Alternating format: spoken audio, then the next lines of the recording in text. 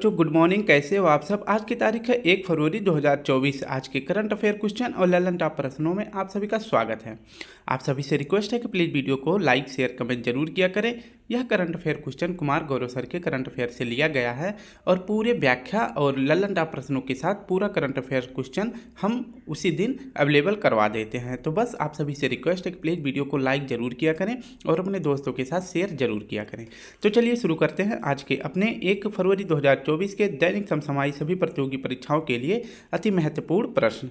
पहला प्रश्न है हमारा, ट्रांसपेरेंसी इंटरनेशनल के भ्रष्टाचार धारणा सूचकांक 2023 में भारत को कौन सा स्थान मिला है।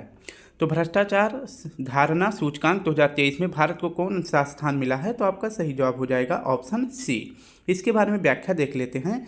तो भ्रष्टाचार धारणा सूचकांक 2023 यह जारी करता मतलब जारी कौन करता है, भ्रष्टाचार धारणा सूचकांक कौन जारी करता है। तो यह ट्रांसपेरेंसी इंटरनेशनल संस्था जारी करती है।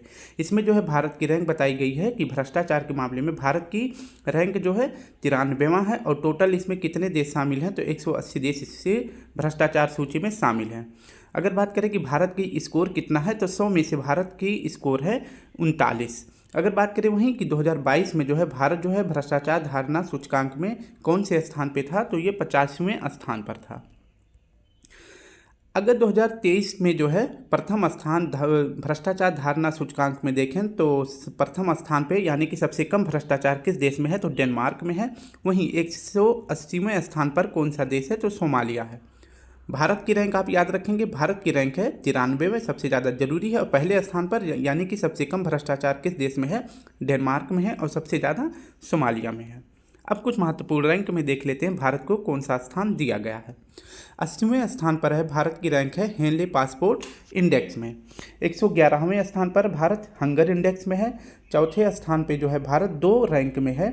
एक तो आपका है ग्लोबल फायर पावर इंडेक्स और दूसरा है शेयर मार्केट। 126वें स्थान पे देखेंगे तो पीस इंडेक्स में भारत की रैंक 126 है और वहीं हम हैप्पीनेस इंडेक्स में भी भारत की रैंक 126 है। 127वें नंबर पर देखेंगे तो Bharat global gender gap index में भारत की रैंक है 127। चौथे नंबर पर देखेंगे तो चौथे नंबर पर 3 रैंक आपको याद रखना है। एक तो ग्लोबल फायर पावर इंडेक्स, इसका मतलब होता है किस देश की आर्मी कितनी मजबूत है। इसमें सबसे मजबूत है यूएसए की।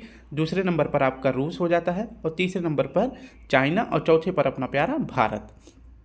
तो चौथे स्थान पर भारत 3 रैंक में है। एक तो ग्लोबल फायर पावर इंडेक्स, दूसरा शेयर मार्केट और तीसरा है 19वें एशियन गेम्स में भारत की रैंक है चौथी और 5वें रैंक है एशियन पैरा गेम्स में भारत की रैंक है 5वीं। इसमें भारत ने टोटल 107 पदक जीते थे 19वें एशियन गेम्स में। अगर बात करें कि इसका आयोजन कहाँ पे किया गया था, तो हांगजो चीन में किया गया था। और एशियन पैरा गेम्स में भारत की टोटल पदक कितना था, तो 111 पदक था और इसमें भारत 5वें नंबर पर था। और पहले नंबर पर भारत की रैंक है ग्लोबल क्रिप्टो एडॉप्शन इंडेक्स में। नेक्स्ट प्रश्न देख लेते हैं। प्रश्न है दूसरा, अगर थोड़ा सा छोटा दिखे तो मुझे कमेंट भी कर सकते हैं, इसको मैं थोड़ा सा बड़ा कर देता हूँ। अब ठीक है।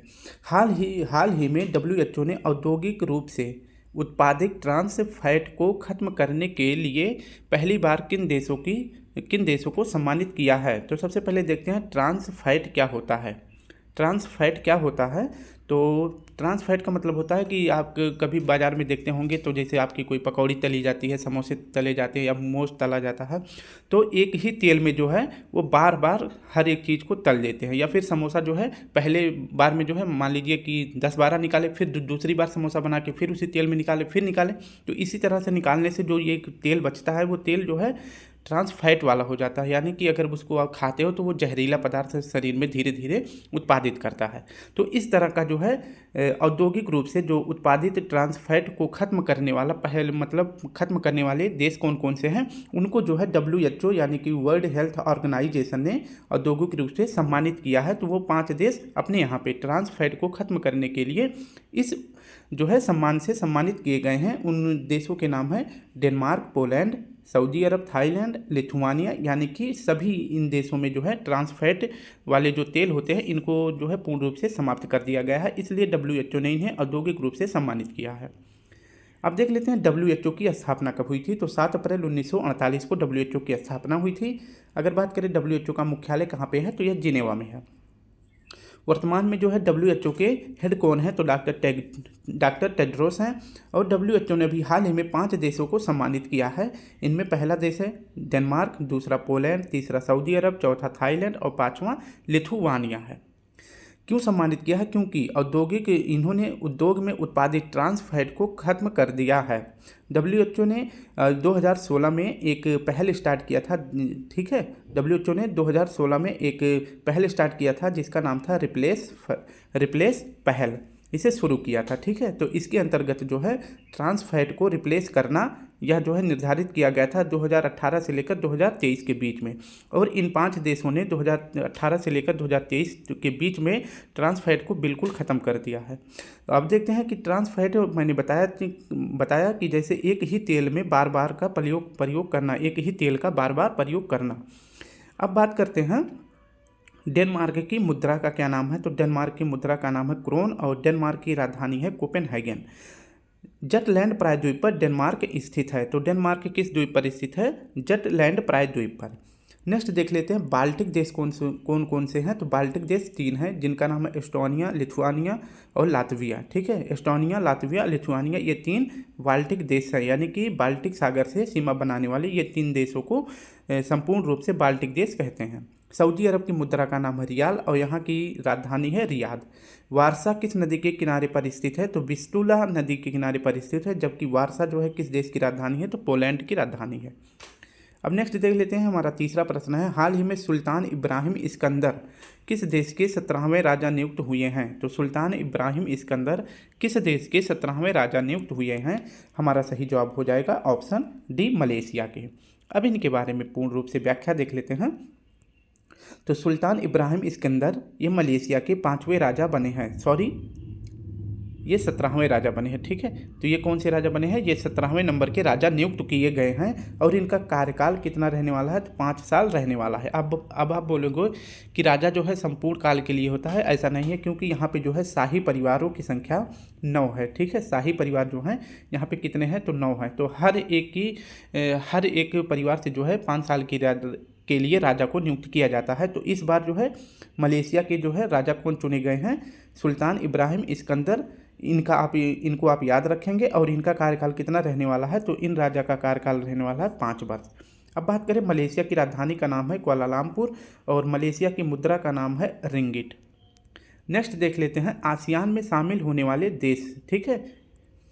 इसमें क्वेश्चन है कि आसियान का नवीनतम देश कौन सा है? तो नवीनतम देश अगर देखें तो तिमोर लिस्ते है, लेकिन हम पूरे जितने 11 देश शामिल हैं आसियान में उन सभी को एक बार में देख लेते हैं एक नज़र में। तो सबसे पहले नंबर पर आ जाएगा आपका म्यांमार, दूसरे पर वियतनाम, तीसरे पर कंबोडिया, चौथे पर लाओस, 5वें पर थाईलैंड, 6ठे पर सिंगापुर, 7वें पर मलेशिया, 8वें पर इंडोनेशिया, 9वें पर ब्रुनोई, 10वें पर फिलीपींस और 11वां जो भी शामिल हुआ है तिमोर लिस्ते।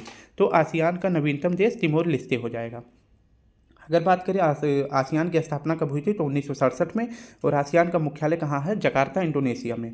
सेमांग जनजाति कहाँ पाई जाती है? तो यहाँ मलेशिया में पाई जाती है। बोर्नियो द्वीप पर कौन कौन से देश स्थित है? तो 3 देश स्थित हैं, इंडोनेशिया, मलेशिया और ब्रुनोई। नेक्स्ट देख लेते हैं, स्टूडेंट थोड़ा जल्दी पढ़ाते हैं क्योंकि ताकि वीडियो 20 मिनट के अंदर समाप्त हो जाए।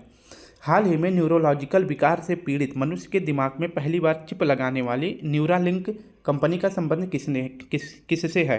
तो न्यूरालिंक कंपनी का संबंध किससे है? और यह कंपनी जो है न्यूरोलॉजिकल विकार से पीड़ित जो मनुष्य होते हैं उसके दिमाग में चिप लगाती है।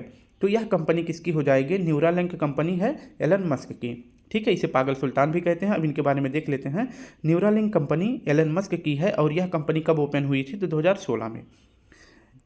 न्यूरालिंक कंपनी अगर कोई न्यूरोलॉजिकल रोग से पीड़ित मनुष्य है तो उसके दिमाग में चिप सेट कर दिया जाता है, फिट कर दिया जाता है। तो यह चिप के माध्यम से अपने वर्क काम को करता है, ठीक है। तो मनुष्य के दिमाग में चिप फिट करने की क्रिया को न्यूरालिंक कंपनी ने क्या नाम दे दिया है कि जो है मनुष्य के जो मनुष्य पूर्ण रूप से बीमार हैं, यानी न्यूरोलॉजिकल जैसे बीमारी से परेशान हैं, उनके रोग को उपचार करने के लिए उनके दिमाग में जो है चिप फिट कर दिया जाता है। और यह चिप फिट करने की प्रक्रिया को क्या कहते हैं कि अब जो है इसमें चिप लगा दिया गया है तो मनुष्य अपने कार्यकाल को पूर्ण रूप से अच्छी तरह से करेगा, ठीक है। तो इसका नाम दे दिए हैं टेलीपैथ। जैसे आप सभी को पता है होम्योपैथ, टेलीपैथ, इस प्रकार से जो है इसका नाम दे दिए हैं टेलीपैथ। तो न्यूरालिंक कंपनी का संबंध किससे हो जाएगा? एलन मस्क से।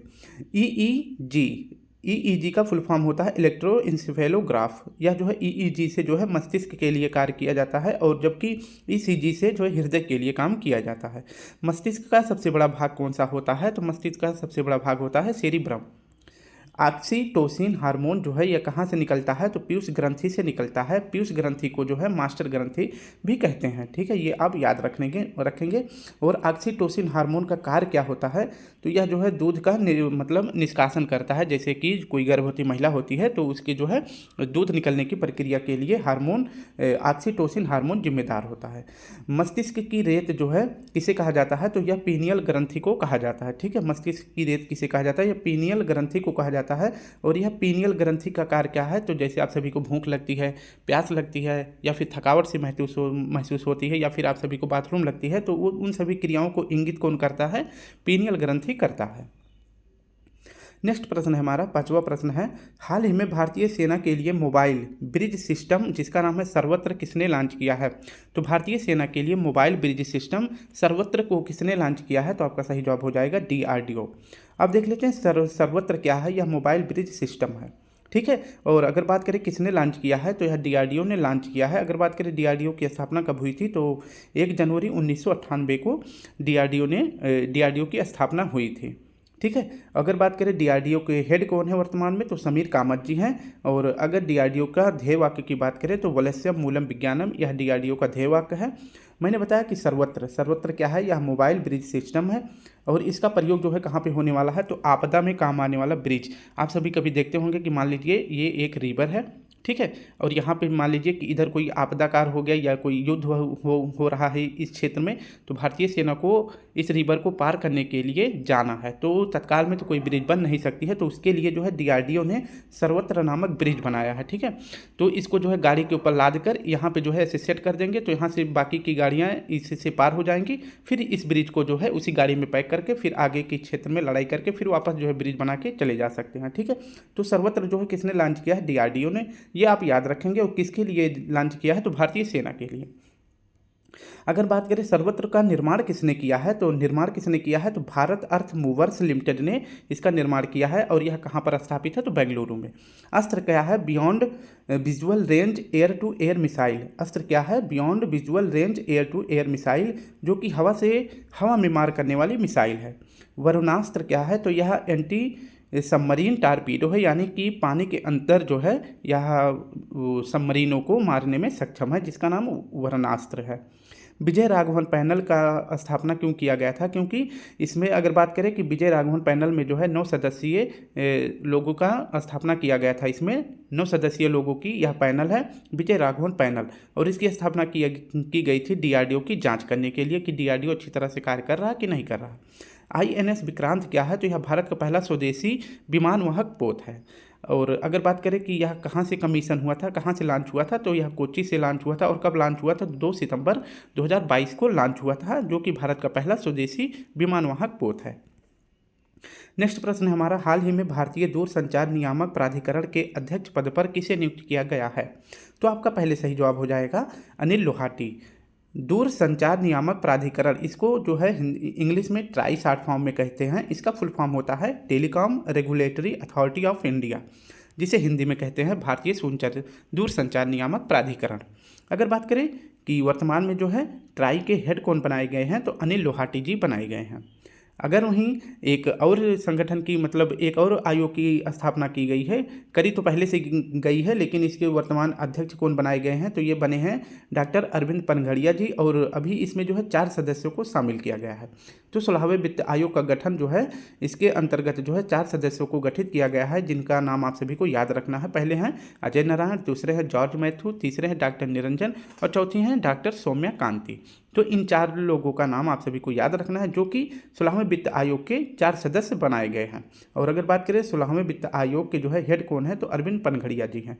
महान्यायवादी कौन है वर्तमान में, तो यानी कि अटॉर्नी जनरल, यह जो है केंद्र सरकार का सबसे बड़ा वकील होता है, और इनका नाम है R वेंकट रमनी।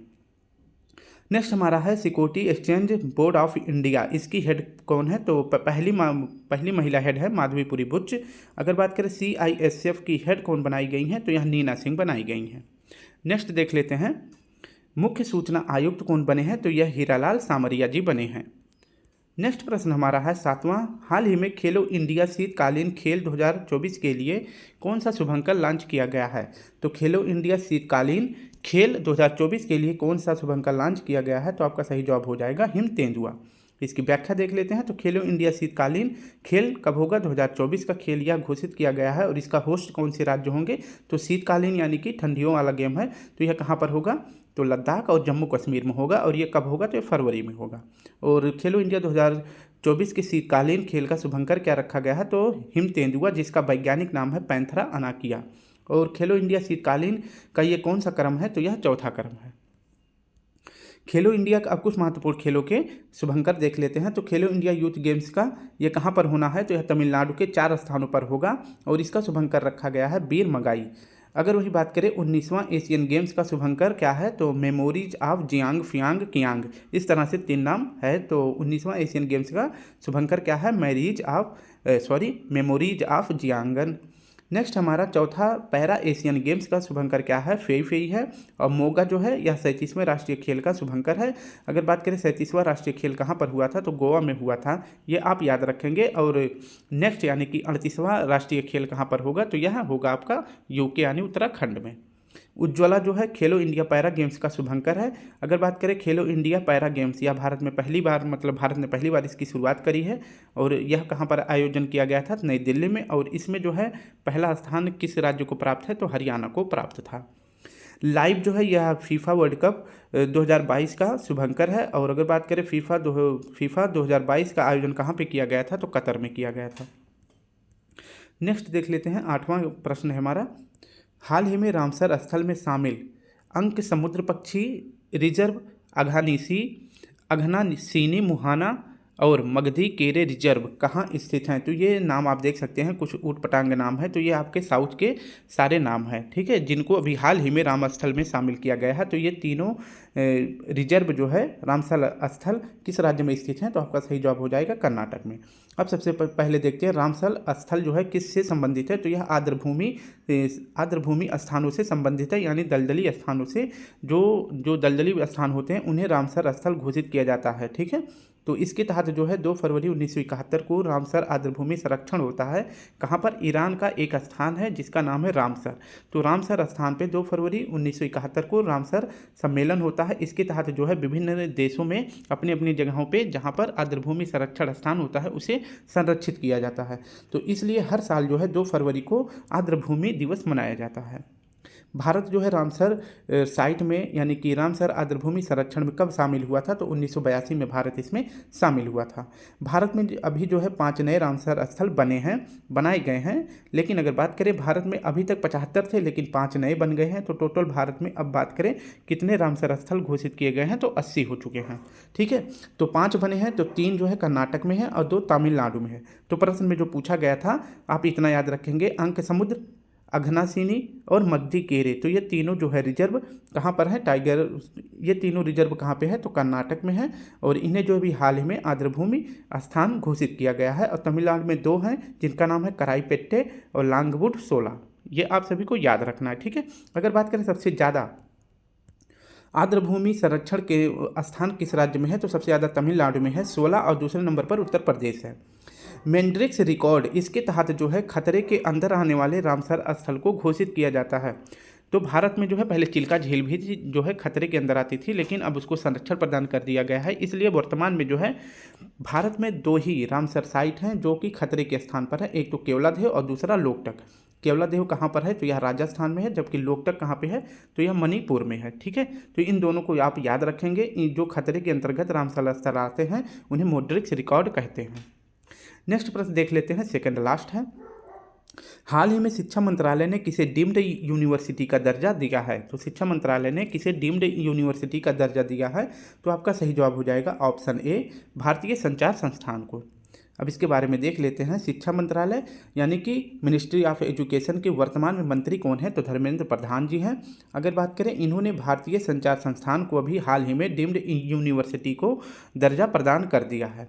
अगर बात करें कि भारतीय संचार संस्थान की स्थापना कब हुई थी, तो 1965 में हुआ था और इसका मुख्यालय कहाँ पर है, तो दिल्ली में है।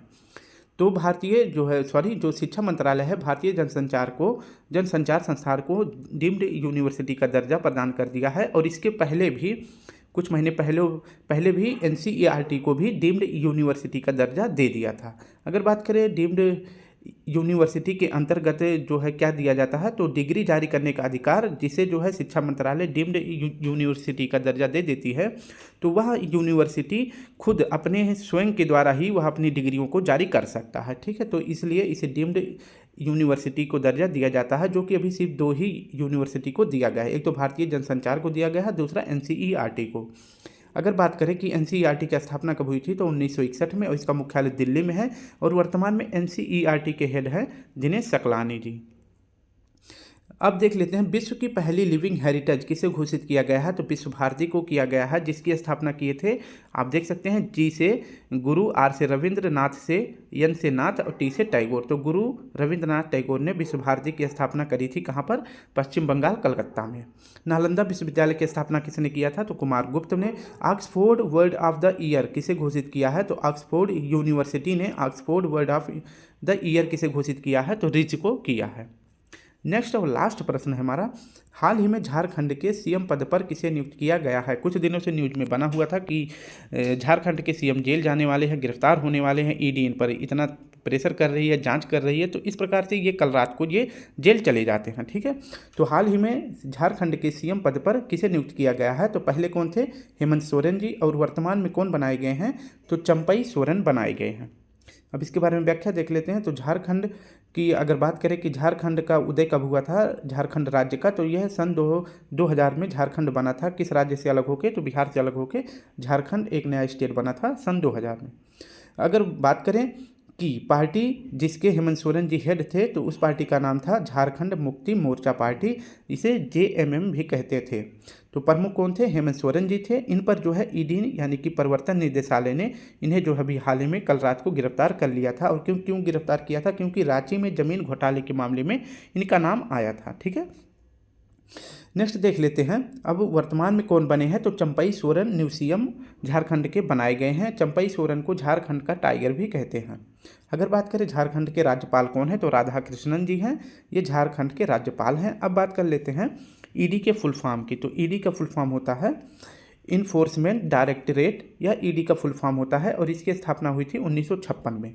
ED जो है 2 एक्ट के तहत काम करती है। एक तो विदेशी मुद्रा लेन देन के मामले में अगर कोई घोटाला होता है तो ED उस पर जो है अपने छापे मारती है, और दूसरा है मनी लॉन्ड्रिंग एक्ट के तहत। तो इन 2 ही एक्टों पर जो है ED कार्य करती है। अगर बात करें हेमंत सोरेन जी किस मामले में जेल गए हैं, तो मनी लॉन्ड्रिंग के अंतर्गत ये जेल गए हैं। ठीक है, तो नए CM कौन बनाए गए हैं, तो नए CM बने हैं चंपई सोरेन झारखंड के, जिन्हें झारखंड का टाइगर भी कहते हैं। तो स्टूडेंट, इस प्रकार से हमने अपने 10 क्वेश्चन, उसके साथ व्याख्या और साथ में ललन टॉप प्रश्नों को सॉल्व किया है। तो प्लीज़ आप सभी से रिक्वेस्ट है कि प्लीज़ वीडियो को लाइक करें। थोड़ी जल्दी बोलते हैं, वीडियो सुबह उठ के उसको टाइप करते हैं, रिकॉर्ड करते हैं, आप सभी के लिए जल्दी बोलते हैं। तो प्लीज़ थोड़ा सा सपोर्ट करें, शेयर जरूर किया करें। अगर वीडियो अच्छी लगे तो प्लीज़ सब्सक्राइब करें। कल फिर मिलते हैं एक नए करंट अफेयर के साथ। तब तक के लिए आप सभी को प्यारा सा जय हिंद, जय भारत।